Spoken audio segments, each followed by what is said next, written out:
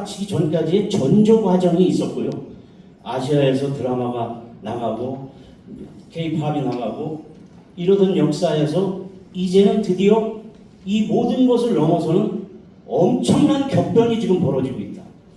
그런데 이 내용이 전부 다 우리 문화의 코드가 실려 있는 거예요. 우선 시작부터 무로 시작을 합니다. 무당. 무당이라는 게 뭡니까? 고대부터 하늘의 제사를 지내고 하늘과 인간을 이어주는 존재, 그리고 그 의식을 위해서 하는 이야기가 시고, 그것이 문학이었고, 그 의식에서 하는 소리가 음악이었고, 그 의식에서 하는 모든 장치와 이것을 표현하는 색깔과 이것이 미술이었습니다. 문화 원형이죠. 그 우리 문화의 원형, 인류 문화의 원형이 이 작품의 서두에서부터 깔리기 시작해가지고, 이 작품은 남성 노래 부르는 아이돌 5명, 여자 3명인데, 이 5명은 가쓰고 도포 입고 악의 상징으로 나옵니다. 그리고 죽음의 상징으로 나와요. 그래서 저승사자로 표현이 됩니다. 그리고 3명의 여성, 이 악령들을 퇴치하고 어둠을 물리치고 빛을 찾으려고, 선을 찾으려고, 정의를 하려고 하는 이 존재는 여성 아이돌로 해서 나옵니다. 여기에서 그런데 재미있게도 선과 악이 여기서는 이분법적으로 딱 잘라져 있지 않고, 주인공 남녀를 통해서 선 속에 악이 있고 악 속에 선이 있다라는 메시지를 여기 깔고 있습니다. 그래서 이 편을 궁금하게 만들고 이 편 후속 작업이 이제 들어간답니다. 그럼 이건 무슨 얘기냐면, 지금까지 서구 문명을 지배해왔던 선악의 이분법적인 구조, 그리고 창조물과 피조물, 이런 이분법적 논리가 여기서는 사라지고, 그게 아닌 서로 소통하면서 하나가 되는 어떤 이런 정신적인 그 문화의 뿌리와 코드를 이 작품이 계속 깔고 있는데, 여기에 지금 서구가 열광하고 있다는 거죠. 그래서 이 문화혁명으로 가고 있다. 정신문화혁명으로 가고 있다. 그래서 천지개벽이고, 저는 그래서 이 캐대한 현상은 현상이라고 붙여야 된다고 봅니다. 전 세계적인 것입니다.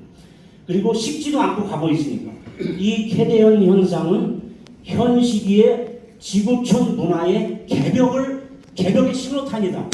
저는 이렇게 해석을 합니다. 여러분 동의하십니까? 그래서 지금 국립중앙박물관에 갑자기 관광객이 미어 터지기 시작하고, 거기에서 나오는 우리 민화의 주인공인 까치하고 호랑이, 호작도가 나오는데 그걸 아주 캐릭터를 재밌게 해서 역할을 하게 되어 있습니다. 이거 굿즈를 만들어가지고 돈이 나가지고 지금 물건을 공급을 못할 지경으로 폭증하고 있어요, 수요가. 이 현상은 앞으로 우리 자신도 바꾸고 세계도 바꿀 거라고 생각합니다. 그런데 이거 뒤로 넘어가 주세요. 그런데 문제는 이 한류 팬들이 국내에 들어와서 한국을 궁금하고 알수록 제일 먼저 물어볼 말이, 대한민국의 대안이 뭐야? 이걸 물어볼 거예요. 태극기 묘하게 생겼는데 이건 뭘 의미하는 거야? 라고 물어볼 거예요. 그런데 대한민국은 이 물음에 그 자리에서 알기 쉽게 답해주는 국민이 없다는 겁니다. 그럼 지금까지 우리는 뭘 배운 거고 뭘 가르쳤냐는 거예요. 어떻게 문화 선진국이라고 경제 대국이라고 얘기하는 이 나라가, 한류를 일으키고 있는 이 나라가 자기의 정체성에 대해서 기본적인 것조차도 모르고 있고, 국가는 그걸 정립시켜 주려고 교육시키지도 않고 있다. 이거 바뀌어야 됩니다. 그동안 먹고 살기 바쁜 가난한 나라였을 때는 철학이 밥 먹여주고 정신이 밥 먹여주냐, 역사가 나하고 무슨 상관이야, 당장 내가 죽겠는데, 이런 시대가 끝났습니다.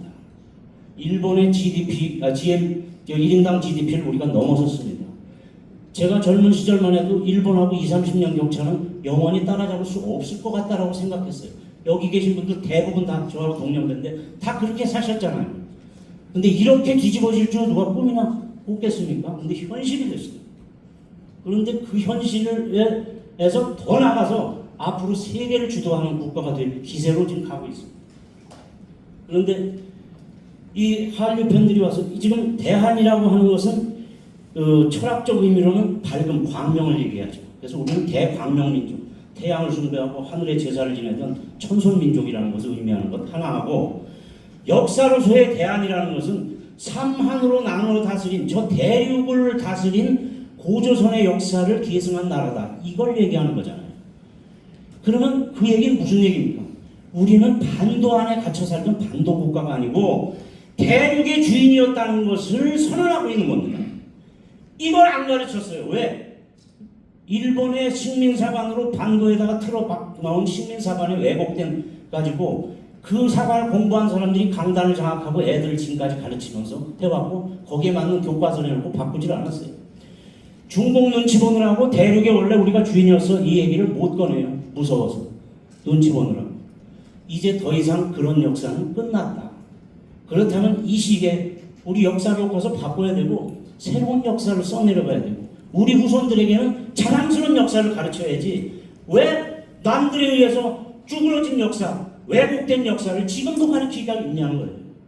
이거 걷어내자는 게 이 문화 르네상스의 하나, 역사 광복입니다. 또 하나는 이 헐버기 노벨 문학상을 받은 세계적인 위대한 작가죠. 한국에 일찍부터 들어와가지고 오래 살았는데 어느 날 밭에 나가서 보니까 어느 농부가 수레에다가 저 나무하고 집단을 잔뜩 싣고 자기 지게에도 짐을 싣고 오고 있는 거예요. 그래서 펄봉 여사가 너무 궁금해가지고, 아니 저 하루 종일 농사일을 얼마나 힘든데 저 소달구지에다가 그 나무도 싣고 자기도 그 위에 올라타고 오면 될 걸 왜 그러냐 하고 물어봤더니, 우리 소도 나도 하루 종일 같이 힘들었는데 내가 짐 나눠주고 가야지 내가 거기 탈 수는 없다. 그 얘기를 듣고 엄청난 감동을 받았다는 거예요. 가을 끝에 감나무를 다 땄는데, 대추나무, 감나무 있는데 맨 꼭대기에 4개씩 달렸더라는 거예요. 왜 저거는 너무 높아서 못 딴 거예요? 그랬더니 아니에요. 까치들도 같이 먹고 살아야 되니까요. 여기에 펄벅이 감동을 해버렸습니다. 그래서 그의 작품에, 그리고 그의 강연계, 코리아는 위대한 민족이라고 평생을 얘기하고 다닌 사람이 펄벅 여사입니다. 자, 한류 관광객들이 대한민국에 들어와서 인천공항에서부터 뒤집어집니다. 와, 코리아 대단하네. 그리고 지하철 타고 또 뒤집어져요. 세계 최고 지하철이네. 그런데 이 사람들이 부러움의 대상이 될지 몰라도 정말로 충격을 받지는 않습니다. 그거 가지고. 뭘 가지고 충격을 받냐? 시장을 구경하러 갔는데 저 장바닥에 물건을 내놓고 있는데 주인은 저 아침에 들어가서 보이지도 않더라는 거예요. 그런데 길바닥에 내놓고 물건을 파는데 아무도 훔쳐가는 놈이 없어요. 이게 코리아라는 것을 보고 콧대 높은 선진국 지식인이라는 자들이 와가지고 뒤집어집니다. 아, 코리아는 위대한 나라구나. 여기에서 무너집니다. 문화적 충격. 그리고 노트북 놓고 가서 화장실 갔다 와도 건드린 사람 없고, 핸드폰 놓고 가도, 지갑 잃어버렸으면 잃어버린 놈이 죄인인데 자기 나라는 다 돌아오더라는 거예요. 거기서 받는 문화적 충격.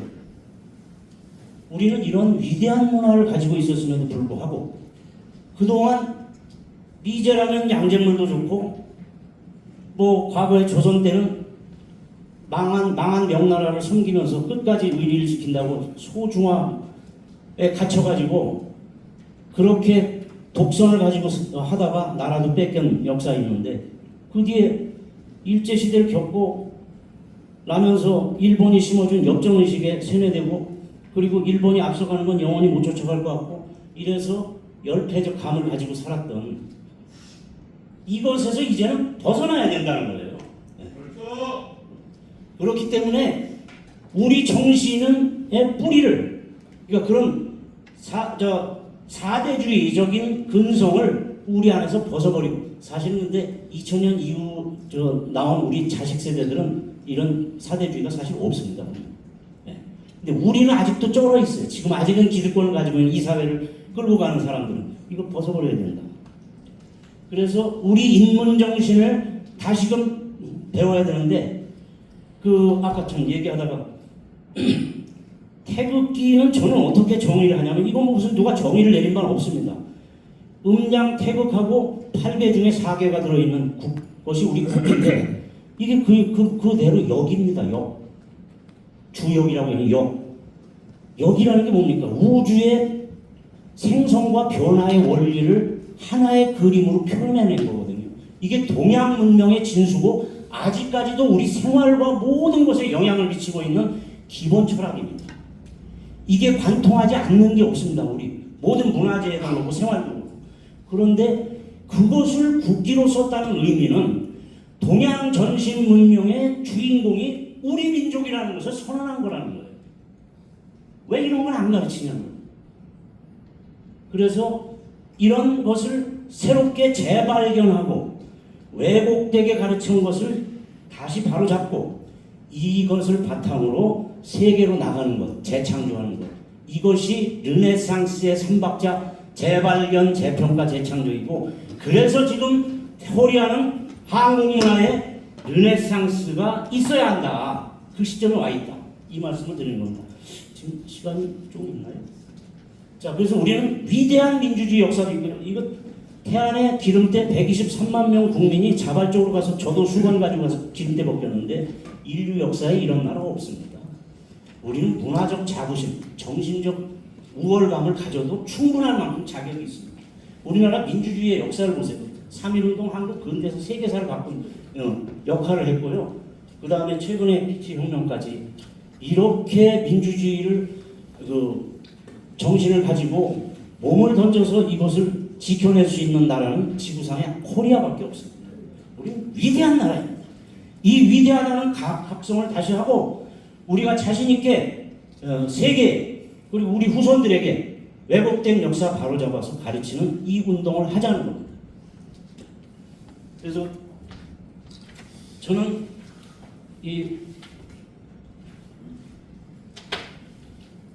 우리 문화 지금 시간 조금 있어요? 네, 마무리하시면 돼요. 마무리. 얘기하면 안 돼요. 그럼 마지막 페이지를 좀 해주시죠.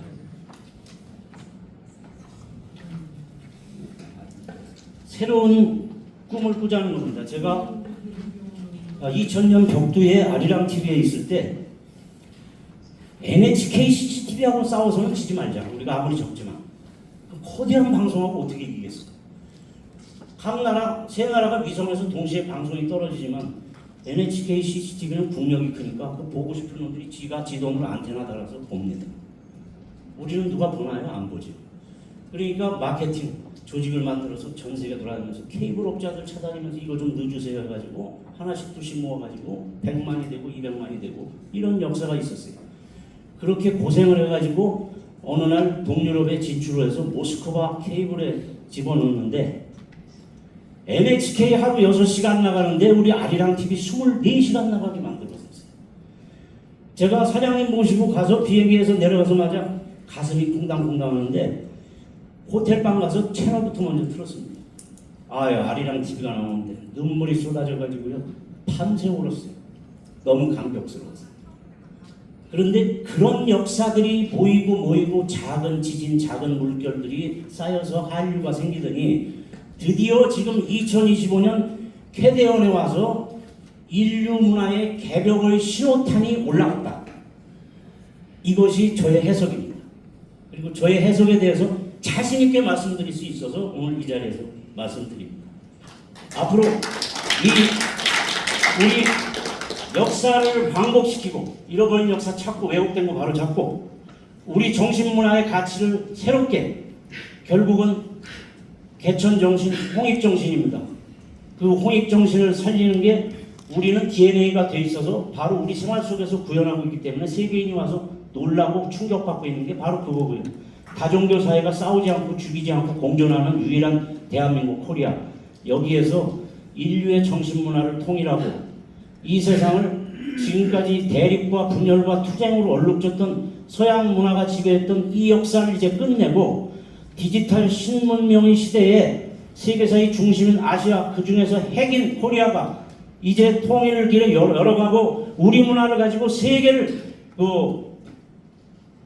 사람들을 바꾸면서 이 소외와 이 억압과 이것에 절망하고 있는 서구 젊은이들이 우리의 K문화를 보고 감동하고 함께 떼창하고 노래 부르는 이 놀라운 역사가 앞으로 더욱더 이 세계를 바꿔나갈 수 있다는 확신을 가지면서 그렇게 서로 우리가 운동을 만들자 하는 취지의 제안을 드리면서 제 말씀을 마치겠습니다.